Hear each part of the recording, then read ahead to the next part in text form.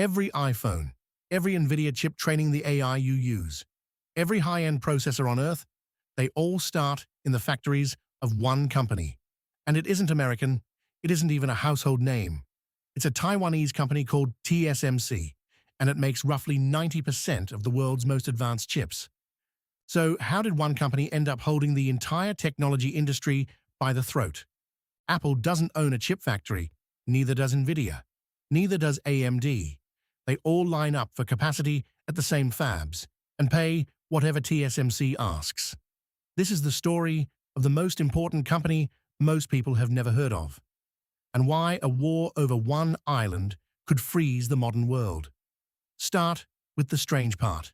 When you picture a chip company, you picture the names on the box: Apple, Nvidia, AMD, Qualcomm. But none of them actually manufacture their most advanced chips. They design them. The physical act of making them, etching billions of transistors onto a sliver of silicon, happens somewhere else. And for the cutting edge, somewhere else is almost always the same place.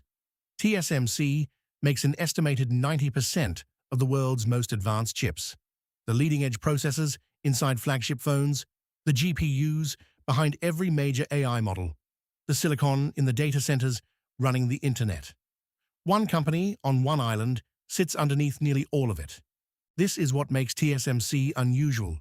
Most powerful companies are powerful because they own a brand you recognize. TSMC is powerful because everyone whose brand you do recognize quietly depends on it. It's the supplier behind the suppliers, which raises the obvious question.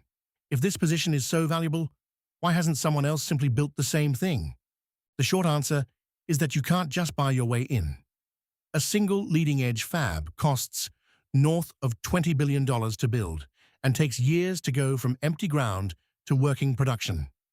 TSMC pours on the order of $30 to $40 billion a year into new capacity, one of the largest spending programs of any company on the planet, year after year. That alone is a wall most competitors can't climb. But money is only the entrance fee. The deeper moat is the know-how. Making chips at this scale means coaxing acceptable yields out of a process where almost everything wants to go wrong. And that skill compounds. Every generation teaches the next. The lessons learned squeezing yield out of one node become the head start on the one after it. A rival with unlimited cash still can't buy the decades of hard-won process knowledge that turn an expensive building into chips that actually work. You can watch this play out in TSMC's rivals. Intel and Samsung have each thrown enormous resources at the leading edge and have repeatedly trailed on timing, on yield, and on customer trust.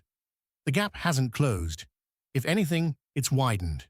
So the barrier isn't one thing you could overcome with enough money. It's a stack of things that reinforce each other. And that has a powerful effect on the customers. Here's where the dependency gets even harder to escape.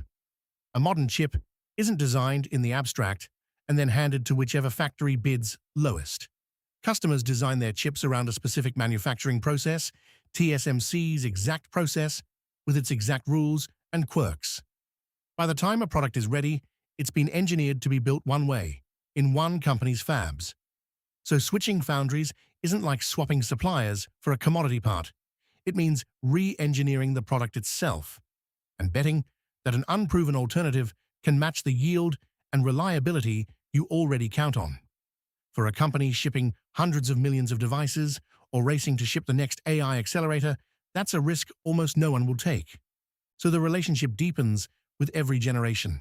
Apple is widely estimated to be TSMC's largest single customer, by some accounts on the order of a fifth or more of its revenue, though TSMC doesn't disclose customer names, so those figures are outside estimates, not official numbers. And the AI wave brought a second giant, Nvidia, reportedly one of TSMC's largest customers, riding explosive demand for AI chips. High performance and AI computing has become the company's biggest growth engine. These customers aren't locked into a contract. They're locked into an ecosystem. And when your customers can't easily leave, you gain something most manufacturers only dream of. That something is pricing power. When you're the only one who can reliably make the thing everyone needs, you don't compete on price. You set it. TSMC has been able to raise prices into surging AI demand and still sell out its capacity. There simply isn't an alternative for customers to walk to. And the proof shows up in the financials. This is a manufacturer, a business that builds physical things in enormously expensive factories.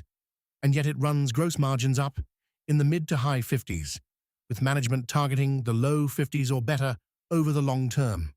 Operating margins have sat up in the 40s. For a heavy industry business, those are extraordinary numbers, the kind you'd expect from software, not from a factory pouring tens of billions into new buildings. That's the signature of a real moat. Most companies that spend this heavily on physical capital watch it grind their margins down. TSMC spends more than almost anyone and earns margins almost no manufacturer can. The spending is the moat, and the margins are the moat paying for itself. But this very strength is also where the story turns, because all of that irreplaceable capacity is concentrated in one very specific and very contested place. This is the catch underneath everything. The world quietly reorganized its most critical manufacturing around a single company, and that company's heart sits in Taiwan, an island at the center of one of the tensest geopolitical fault lines on Earth. The leading edge and the research core that keeps producing it stay anchored there. TSMC is building elsewhere. There's major expansion underway in Arizona, in Japan, and in Germany, partly commercial, partly a response to governments that have realized how dangerous it is to depend on one island for the supply of advanced chips. But here's the structural reality. Those overseas fabs trail Taiwan on the most advanced nodes and on scale. The cutting edge still comes home to Taiwan. So even as the map of TSMC's factories spreads out, the concentration of what matters most hasn't really moved. That makes TSMC a single point of failure for the modern economy. A disruption around Taiwan, conflict, a blockade, even a natural disaster wouldn't just dent one company's quarter. It would choke the supply of advanced chips to the entire world at once. The thing that makes TSMC so valuable, that everyone depends on it, is exactly the thing that makes it so dangerous to depend on. For most of its history, none of this was front-page news. TSMC was a quiet business-to-business supplier, essential but invisible to ordinary people. Then AI changed the stakes. The explosion in demand for AI accelerators turned advanced chips into the most strategically important products in the world, and turned the company that makes them into something close to critical infrastructure for the entire technology industry.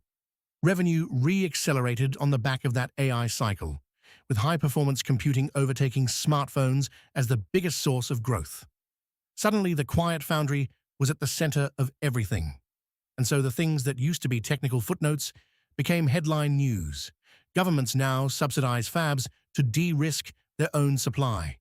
Every announcement about chip capacity moves markets, and every headline about tension over Taiwan is, underneath, a headline about whether the world's most advanced chips will keep flowing.